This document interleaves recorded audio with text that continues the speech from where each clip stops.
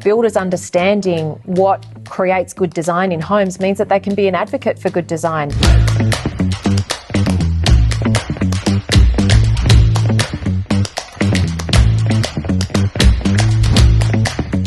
All right, so a well-designed home can change someone's life. This is something that I've learnt over the past sort of maybe 3 or 4 years, working very closely during the PAC process. But you being an incredible architect and doing everything you do with homeowners, and so we want to get builders understanding more about design. What do you think makes a well-designed home, and why do you think builders should know why a well-designed home is so important? Yeah, I love that you've learned over the past few years in the work that you have been doing that design makes a really big difference. You've had the experience of seeing what happens when a homeowner moves in and how a well-designed home actually changes their life. Yeah. At the end of the day, builders aren't designers in the same way that architects and designers aren't builders. We do these areas of specialty for a good reason. And I think, though, that builders understanding what creates good design in homes means that they can be an advocate for good design. They can actually then help their clients understand what's going to make their house work better. At the end of the day, for me, design isn't something that's high-end. It's not something that's expensive. It's actually about how your home supports you living a great life. And that can mean a more functional home that's more convenient, that feels better, that you feel better in, that's comfortable, that, just works for you on a day-to-day on the day-to-day for over the long term, And I think that I say often to builders that you need to understand that you can do the most incredibly good quality build, but if that design of that home frustrates that homeowner on a daily basis, it won't really matter to them that it's built incredibly well. What they'll be experiencing is how frustrating the design is. And so I think when, as a builder, you see that your finished projects are potentially going to last for decades, you're going to have these clients living in them either having a fantastic life because of the way the design works or a frustrating one because it doesn't. And they get to be your brand ambassadors and walk out into the world and tell everybody what a kind of builder you are. Yeah. And you're also creating something that potentially future generations can come to live in. It lasts a long time. So design really contributes to people's quality of life. And I think that understanding what makes good design is something that a builder can put in their toolbox to really help clients understand that as well. Yeah, well, I've learned this personally, like as well as working in with clients, but we've done a couple of our own projects over the last couple of years, and one in particular that we never actually went ahead with because we sold the development site, but you had some input into it. We had a design done. We thought it was incredible, and I flicked it off to you, and you did some rejigging around, and we're like, what the hell? That just makes so much sense. It was unbelievable. And so for all the builders out there, I know you've got the 5 Fs. What are the 5 Fs to educating builders on what good design looks like? Yeah, so my 5 Fs of home design is something that I talk to homeowners a lot about. And I think as a builder, it's worth you remembering and just keeping, sort of locking away in your head as a way of assessing homes. So the first one is functionality. So great design and good design in homes means that you have a functional home that works well.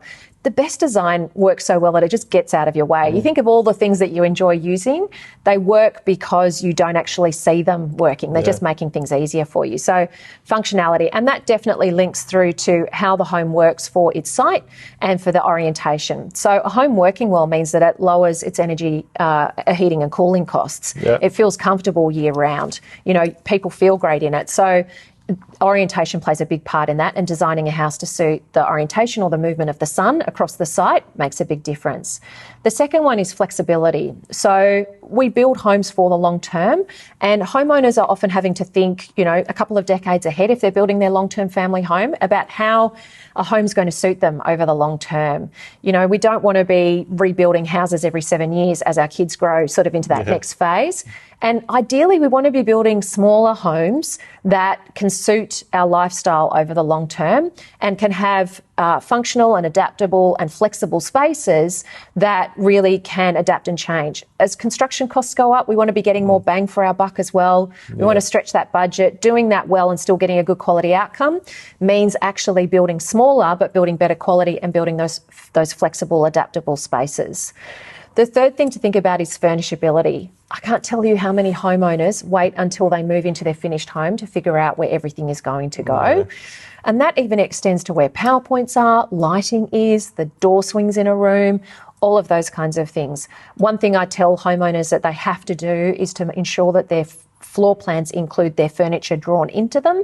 And if they have any special items that they want to keep, that's actually shown in their floor plans. So as a builder, you know, if you're going to see a family as part of building their home and you notice that they've got a piano, you know, pianos can really only go on an internal wall if you don't want to be dealing with tuning them for the rest of your life. Take up a lot of space. Yeah, and they need to be thought about. So if a homeowner hasn't considered that in their design, that's going to create a huge amount of headaches for them long term. So furnishability is a really big one. The fourth one is flow. And flow is, you know, it's that real estate term, oh, the house has got great flow. This is really just about how do spaces connect and how do they also disconnect to maintain privacy and good use of spaces as well. So, you know, you've probably walked into homes where like the guest toilet is completely visible from the living space, or the master bedroom has no acoustic privacy from the main living areas, or for the family to actually keep an eye on their kids in the garden, they've got to take a packed lunch, you know, to go and hang out there. So thinking about how you're going to create connection between those spaces, and those spaces aren't necessarily, those connections aren't necessarily just visual or physical, they're also acoustic and they're through hearing, auditory as well. So, and I think to a lot of people who are particularly renovating or moving from a small house into a bigger house, they want to create that beautiful indoor-outdoor connection, but that means that they're just punching holes in all the walls of their house, which then, of course, you would know create structural issues of physically holding the house up, lots of extra expanse in glass and steel and things. So being really intentional about how you create those connections is super important. I think just to, I guess, give builders a bit of an insight. So we had a very real experience with this, and it was for a $3.8 million home on the canals. The guy was just, like, couldn't wait to build it. He come to us. He'd been designing this home for about 18 months. It was over 3 blocks of land. And we got right down to the third round of costings. Like we're pretty much finalising things to lock things in and go to contract. And we were actually having a meeting at his home, and this delivery showed up, and it was a massive piece of artwork. And like, he started to talk to me about this artwork, like he'd been waiting months for it. It was in this huge big package. It was all protected, and he I can tell what's coming. he said, "Look, come with me." He goes, because I said, "Oh, you're obviously interested in art." Like, he goes, "Come with me." And this house that he was currently in was a bit of a halfway house, so he took me into the living room, which was all closed off, and this living room was completely full of artwork that he was storing to put in his new home that he'd saved over the years. And I said, "Mate, I hate to tell you, but your new house has no walls." Yes. Like, it's designed on a canal, it's got glass the whole way around, even your internal bedrooms and hallways and things, there is not enough space for you to even put a quarter of this. Yes. And his face just dropped. Yeah. And he was completely devastated. And long story short, that job never went ahead. He actually went and ended up buying a house that suited his artwork. Yeah, it's amazing. I see this happen for homeowners so often. They don't even have anywhere to put up their family photos, or they end up in a bedroom tucked away where nobody ever gets to see them on a regular basis. So, you know, doing that audit with a homeowner of what are all the things that you want to take with you and how do they need to be included, and working well with the architect or designer to ensure that those interests are protected as they move through the project is super, super important. Yeah, we weren't involved in the design on that one, but obviously with the pack process and what we do now, we're heavily involved. But it's important, I think, like me now as a builder and learning what I've learnt through the design process and things to look out for makes me bring those questions up. So, like, nowadays we wouldn't get ourselves in that situation, but for builders out there that are working with all different designers and architects or clients that come into them with plans, a builder can add so much value with this type of information. Yeah, I think it's really important to obviously understand that, like I said at the beginning, a builder's not a designer, but you occupy and you experience houses all the time. And so I talk to my homeowner members about being design detectives, about paying attention to the way we occupy space. I mean, that's what you do as an architect and a designer. It's an occupational hazard. You kind of walk through and you're always examining how spaces and places are being used and interacted with.